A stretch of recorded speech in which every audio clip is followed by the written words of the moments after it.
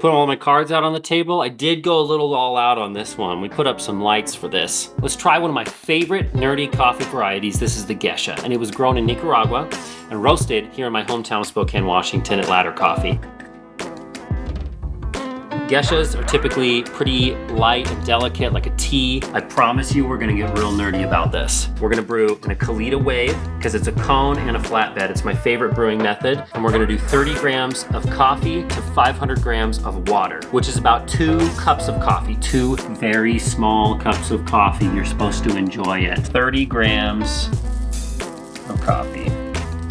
When you run these roasted coffee cherry seeds through a grinder, you get a lot of chaff, you get a lot of static, so just a little spritz of water is gonna help you out a lot. First, what I wanna do to make sure I get to enjoy this coffee the most, dude, there's dog hair in here. First, I wanna purge the grinder, get any grounds out from yesterday's coffee, because we only want to enjoy today's coffee.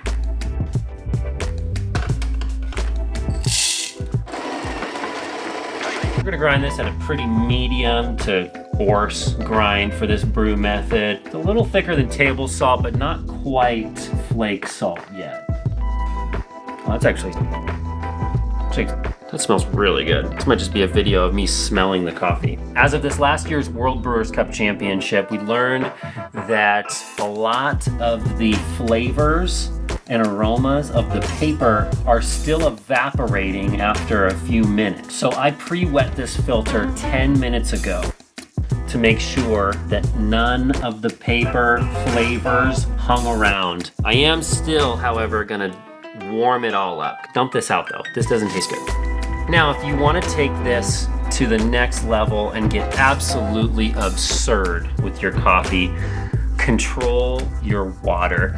I have reverse osmosis filtered water here. It's pH balanced. I've managed my minerals. If you're just gonna throw some Folgers in a big old batch brewer, no one cares. If you really want to dial it in and experience World Brewers Cup champion level coffee every day, go down this YouTube rabbit hole, this Google rabbit hole of water and coffee. Your brain will implode. Oh my gosh, we should actually brew some coffee. Today I'm going to use a mellow drip. This is a nice little shower head. It's going to control the amount of agitation to these grounds. My water is at 208 degrees Fahrenheit. It's being held at that temperature. I'm going to keep setting it down over here and make sure I keep up the temp. I'm going to start my timer. I'm gonna pour this first pour to double the weight of the coffee. So if I have 30 grams of coffee, I'm gonna go to 60 grams of water, and we're going to give that a nice stir. I'm gonna pick it up and slur it around as opposed to stirring it. That's just my preferred method of agitation. This is called the bloom. Between 30 and 45 seconds is my recommendation. I'm gonna go ahead and keep pouring in water. There's lots of different methods at this point.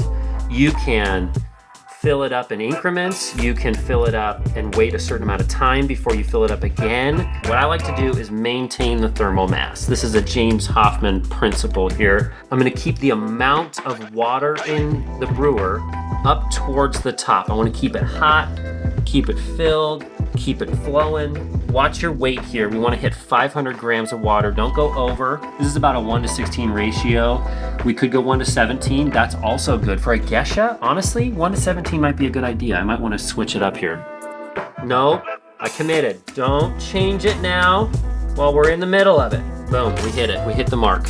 When you're done, just toss that. Now, if you want to take that a step further, keep your grounds. Hold on to them. There's ways that you can use those to fertilize your house plants. But right now, I'm just concerned with drinking this coffee. There have been studies that show that coffee hot liquids taste objectively better out of white ceramic or glass. Black ceramic is fine. That's another good choice. But any color of ceramic does affect mentally how we perceive taste in these hot liquids. So my preferred vessel of choice for a good, delicate coffee like a Geisha here is glass. This is double walled though, so it's easy to hold. This I'm gonna burn my hands. All right, so let's taste this. I'm gonna pour in here. Oh.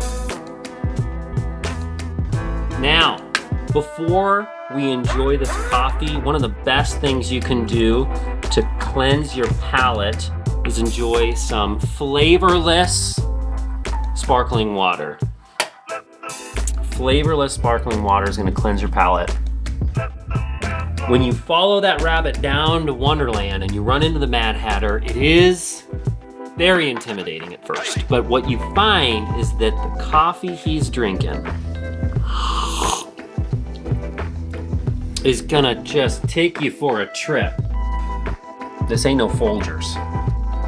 When you taste a delicate, high-end coffee like this, one of the best things you can do is get a lot of air in that slurp. Make it loud, make it proud, be obnoxious, all right? Because when you incorporate air in that sip, it helps your palate pick up on more of these flavors. Yeah, see, that's just that is my favorite. It's so complex. This is light and airy. It's not acidic. Ladder knocked this one out of the park. I'm gonna drink the rest of this. Oof. Oh, I'm not sharing this. This is mine.